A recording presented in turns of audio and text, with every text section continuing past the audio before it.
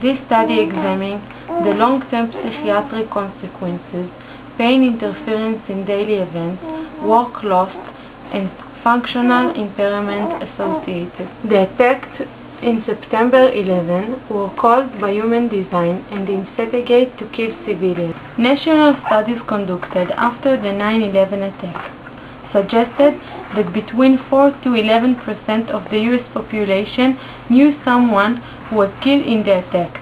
In previous reports suggest that unpredictable loss by malicious violence is one of the most psychologically harmful human experience. This report is based on data from a systematic sample of 29 primary care patients attending a large primary care clinic in New York City. We examined the frequency and distribution of loss due to attacks of 9/11 within this sample and the relationship between loss and risk of long-term psychiatric consequences, pain interference in daily activities, work loss, and impairment. During 7 to 16 months period following 9/11 attacks, the study systematically sampled consecutive adult patients seeking from primary care. Patients eligible for the study were between 18 to 70 years old.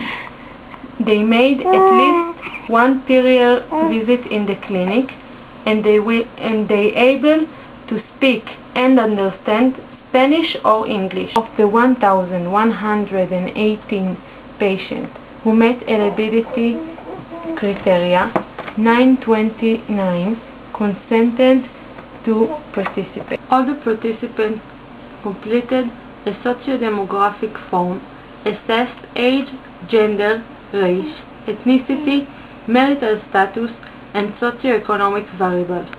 The PTSD checklist civilian version was used to screen a problem called PTSD related specifically to the terrorist attack of 9/11. The survey form included the primary care evaluation of PriMed questionnaire. Physical and mental health functioning were measured with physical and mental component summary score.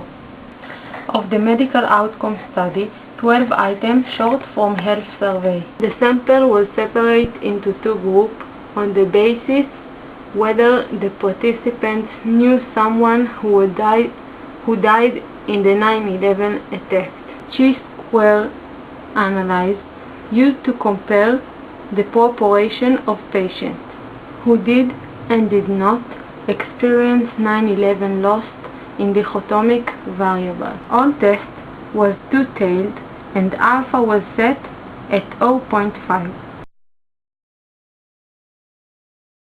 There were no significant differences in the distribution of background characteristics between patients who did and did not reported on 9/11 related loss.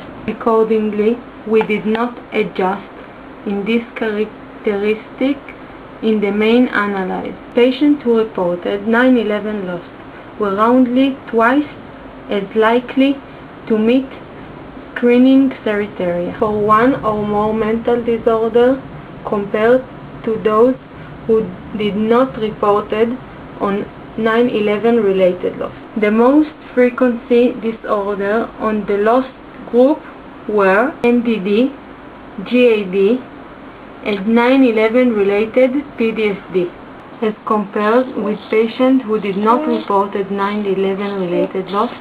Those who reported loss were almost 3 times likely to reported extreme pain interference. Finally, indicator of mental and physical health related quality of life and functional impairment were significantly worse for those who reported 9/11 loss compared to those who did not. Approximately 1/4 of this sample are knowing someone who was killed in the terrorist attacks of 9/11, and these patients were socio-demographic similar to the rest of the sample. 1 year after the attack, almost half of the patients who experienced loss on 9/11 met screening criteria for one or more mental disorders, and it was also associated with one or more pain interference in daily activities, functional impairment, and work loss.